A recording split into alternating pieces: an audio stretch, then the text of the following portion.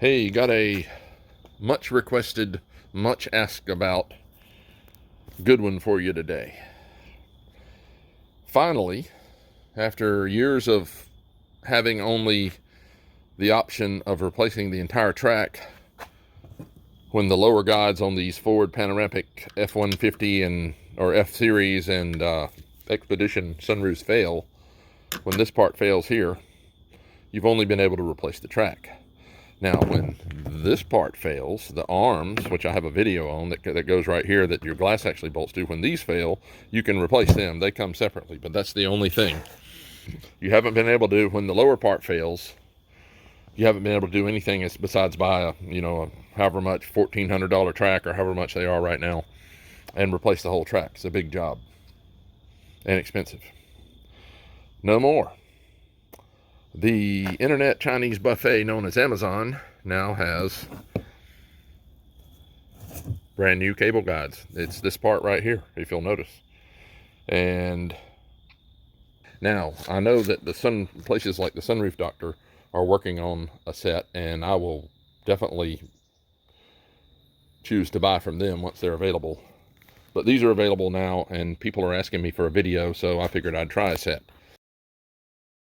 Brand new, and comes with 0 instructions, so you got to figure it out. Well, I'm going to do that for you. I've already put it in and out a couple of times to make sure it's not too bad, and I'm going to show you how to do it. All right, before we get going, I'm going to tell you, I'm going to link in this description my videos for removing the arms or replacing the arms. And you're going to need a set of arms and a set of these new cable guides, because if your cable guides are broken, unless you have replaced these arms with these upgraded ones already, you need them. So you're going to need the arms, the cable guides. You're going to need my video on how to replace the arms. You're going to need my video on how to drop the sunroof motor, so you can move this lower cable guide, which is connected to the sunroof motor gear, locks it in place. So unless you drop the motor, you can't move it like I can right now. See me moving that? All right, there's no motor in this track. This is just a bare track. If the motor was installed, you wouldn't be able to move that. And obviously, since you're replacing the cable, you need to be able to move it. And also the programming or initialization video, you're going to need that. So here we are. And also, I guess you're going to need my video on how to remove your track, because this track is out on a box. It's obviously not in the truck. That'd be a funny looking truck if it was. So I'm going to run through the process, and then I'm going to show you the pertinent parts. I'm not going to do every bit of it on camera because I've already got videos for that. So I'm not going to waste the video time, since I'm yakking enough already. I'm not going to waste the video time doing the arm and taking the motor loose and all that. So you're going to take the arm out. Watch the video on how to do that. It's pretty easy. It's really easy with it out here on the bench like this, or box. You're going to take the arm out. You're going to take the motor loose. Even though I'm not going to really go through it, if you have the track out, it's pretty easy. The motor goes here. This is the sunroof motor. This is the back of the track, and that would be the front of the truck right there, looking that way. The motor on the driver's side is the sunroof motor. The motor on the passenger side is the shade motor. You don't need to mess with it. You don't even need to take this all the way off. You just need to loosen these 3 Torx number 25s, drop it down a little bit, so the gear that goes up in this hole, you see these cables right here? The teeth would be grabbing those little shiny parts, and it turns and moves this cable this way and that cable that way and so forth. You got to disengage it, because when it's in here, they're locked. They're not going to go anywhere. So you got to disengage it. All right, so I've got a video on how to do that in the truck. But if you got it out, I mean, geez, there it is right there. Easy enough, right? All right.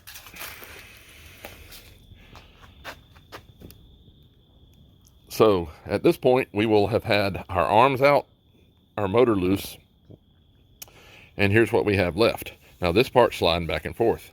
Now here's the good news. You don't have to drill or disassemble this track at all. You're already almost here. So what we need to do is this is going to slide out. And let me put this on a tripod and we'll do it. So here we go. So you've watched my arm video. You've got your arm and all these little plastic pieces and stuff sitting over here. Out of the way.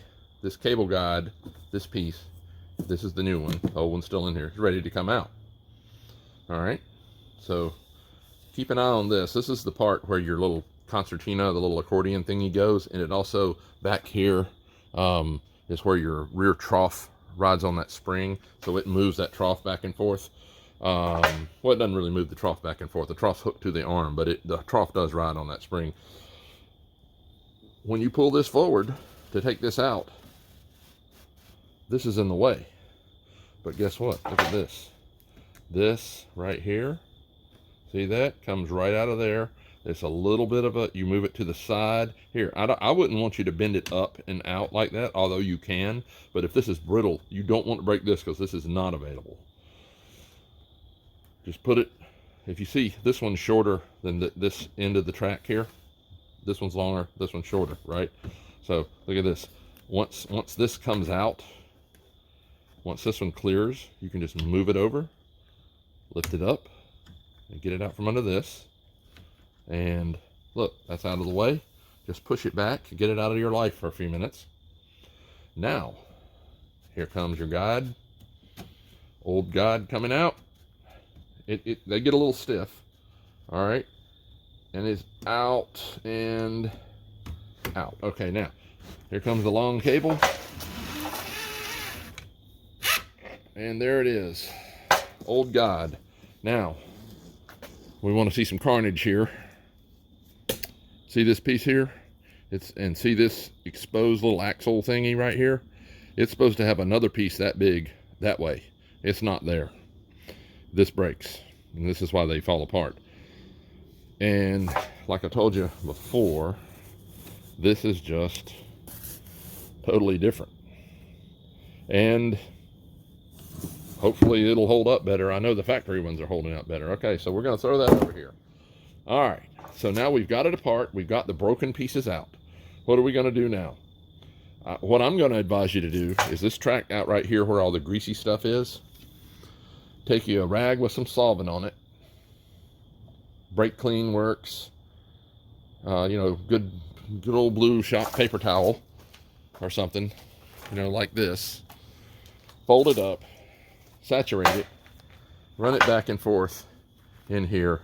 Just get this nice and clean. It's probably dirty. It's probably grimy and gritty. And then relube it. You ask what you're going to relube it with. Well, let me show you. Those are some of the things I use. This is not meant to be an endorsement of these because nobody's paying me to use them. I use them because they help me get my job done and they work and they hold up. So my first preference to lube the track would be the 3M silicone paste. You don't want a petroleum product, in my opinion. All right, it comes with a nice little thing where you can rub it up in there and you can use it for all kinds of other things. This stuff's awesome, multiple uses. And you can also lube your seals with it on the sunroof, which it's good for that. Again, especially for the seals, you don't want a petroleum product because those are rubber and petroleum will kind of eat it a little bit, in my opinion. Now this stuff is sold. I don't know if you can get it. There's probably some actual name brand somewhere that sells this stuff, but I buy this stuff at the Ford place. It's PTFE lubricant. It's blue, it's grease. And PTFE is, if you don't know, Teflon. So this stuff is slick and it works great too, but it's not cheap. And I just assume, I mean, whichever one I had more of is what I would use myself personally, because I carry the stuff. But if you were going to go buy something, I'd get the 3M silicone face. You can buy that on Amazon or probably at parts store. You can get that all over the place. You don't have to use this brand. This is just what I have and I like it and it works. But silicone spray, not WD-40, not, you know, penetrant. You definitely don't want that. Silicone. Make sure it's silicone spray. This stuff works fine. I'm sure I've had some WD-40 does make an actual silicone spray that works fine too, and I've used it. So you're going to use this or this for the track itself. You're going to use the silicone spray for the cables. And the reason I say that is this cable, although I think it comes with a little bit of lube on it, when you start feeding it in here, you saw me pull it out. When you start feeding it in here, right near the end, when it gets almost to right here, she gets tight. It doesn't want to move very well. So after you've cleaned this all out, you've put silicone paste in here to lube these things. You're going to want to lube this part with silicone paste too. I'm going to take this cable and I'm going to spray it with silicone spray. Just dust it. You don't want it dripping off of it. Just dust it with silicone spray. And you can also even spray up in its little slot in here too. That would work. Okay, now I have not cleaned this track. I am only doing this for demonstration purposes. This is not going to be a finished product, so don't think that I'm going to send this track out the door with these new parts in it dirty like this. I'm not. But I was kind of excited about getting these parts, and I wanted to go ahead and do it, and I didn't want to spend half an hour out here cleaning this track up like I would clean it for a finished product. So, without further ado, also know that there is a left and a right one of these. They're not generic. Make sure you got the right one. It's pretty easy to match up. Just, you know, just like here's the one I just took out. You know, this little thing right here should match up with this one. If you got the little knob there matched up with the other one, and this one matched up with that one, you know it's right. The other one would be flipped around the other way. All right, so as you can see, this is what's left of the other one. It was like really shattered. So it's obviously the other way, right? All right, so we got the right side. So what you're going to do to reinstall it, you're going to go right back into the same slot the other one came out of. And remember, spray you some of that silicone spray up in there. It'll make it easier. All right, look, it's running back in there. Looks easy right now, doesn't it? Trust me, it's going to get a little stiffer. All right, we're feeding it back up in here. Getting a little stiffer. And don't push it, don't pull it. Yeah. When I'm holding it back here, you don't want this to double over, because this is metal with this fabricy stuff in here. So you want to don't let it double over, because you don't want to put a kink in it. If you put a kink in it, you got a problem then. You got a real problem. All right. So now it's almost here. Again, put some silicone paste on this. I actually already did that earlier. All right, it's just about to go in. Here's one more tip that'll save you not too much of a headache, but a little bit of one. This little roller here, if you noticed, if you've watched obviously if you've gotten this far, you probably watched my video on the arm video to do the arms. To do the arms, it has to be in vented position, tilted up, like the glass tilted up. Well, that would be this. That's tilted. When this is up, that's tilted, because that is raising the arm up, right? So when it's down, that's not tilted. So tilted, this roller came out of that slot right there. Now, you could put it in here like this and have this roller above here, and there's a slot back there. You could just slide it back there, and then tilt it. But I prefer to go ahead and put it in now, because this is the way it came out. I guess it really doesn't matter, but just know that you're going to have to put it right here if you're ever going to put the arm back in. Now look, it gets firm right here. I'm just not even lying. It's going to get firm right here. I've already tried this several times, and it's been firm every time. It helps to have, you got to be careful pushing on this stuff, because this is plastic. I'm trying to push on the metal part as much as possible. There, but there you go. Look at that. Going right in there. All right. And it will loosen up over time. They're always tight. All right. So look at that. Now your cable guide's in there. I just made a mistake there on purpose, and I'm going to show you what I did so you won't. Remember this piece? All right. You know this piece has to go in here, right? Well, that's back there. See that part coming up there? Oops. You big dummy. It's caught on it. It won't quite get there, will it? All right. So now we got to pull this back through there. So back forward a little bit. There we go. All right. Now, and clean this off too. Over here. Okay, remember how we push this in we got this up here and pulled it to the side. Well, you're going to reverse it. Same process. That goes in this slot. Goes in here, and right here, this little extra part right here, this flexes a little bit. Push it in, go in there, and now again, you should have this freshly greased, so this should just go right on in there easily. All right, look, there it is. Now all you have to do is you want to get this back a little farther. I believe it's supposed to be back here somewhere. You're going to have to eyeball it. Might even pay to mark it when it's... But I guess I'll do this part on camera. You reinstall your arm. So you got this out of your way.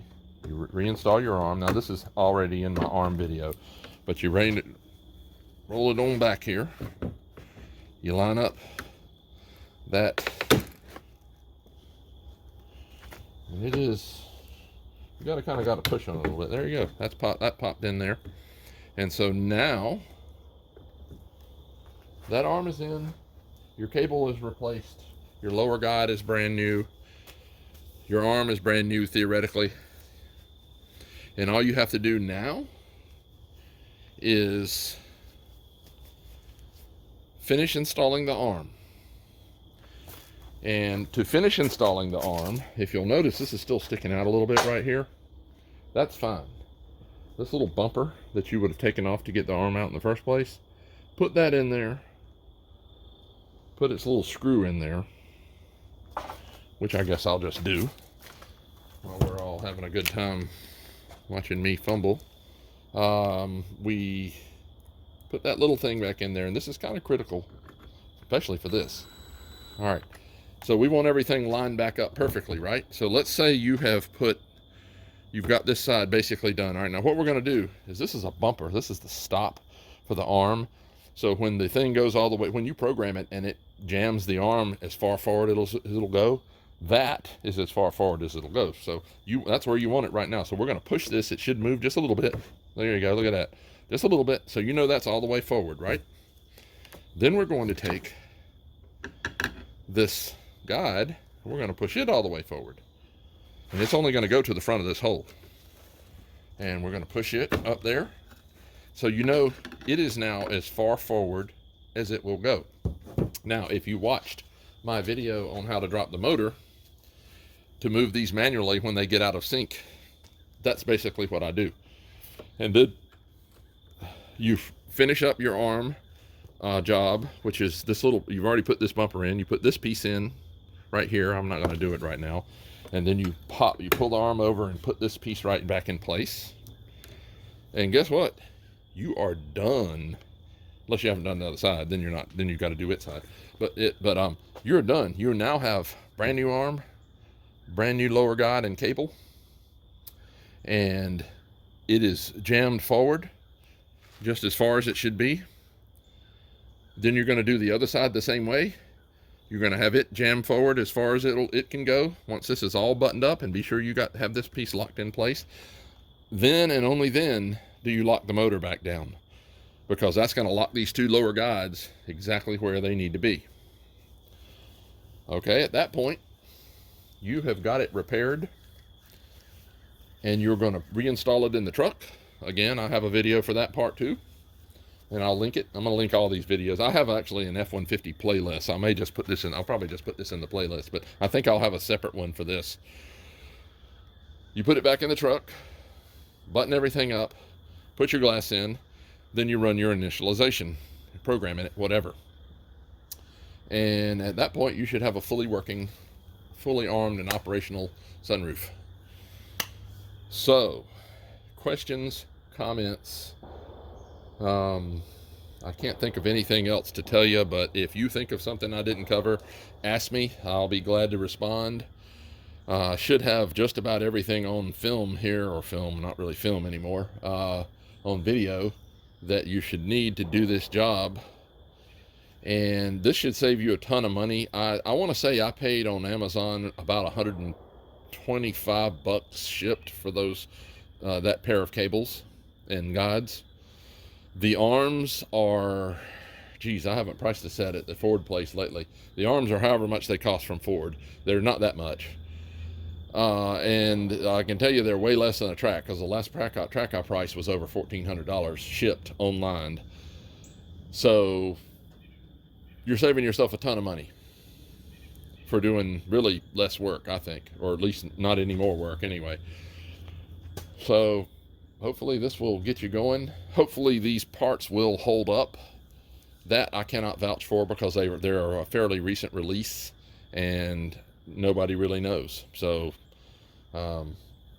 my first guinea pig will be whoever ends up with this track. And if any of y'all put them in and they work fine, you know, feel free to let me know about that.